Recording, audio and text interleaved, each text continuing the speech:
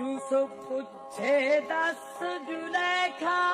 किथे गई जवानी गोरी दर्द दे विच दिसदी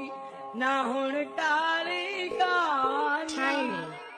पीले पै गए होठ गुलाबी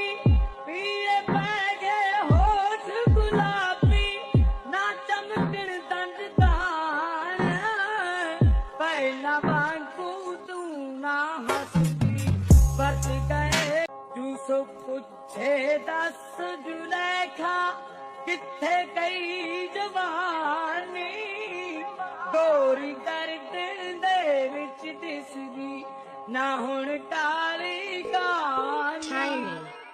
पीले पै गए होठ गुलाबी पीले पै गए होठ गुलाबी ना चमकण दंद दान पहला वांगू तू ना हस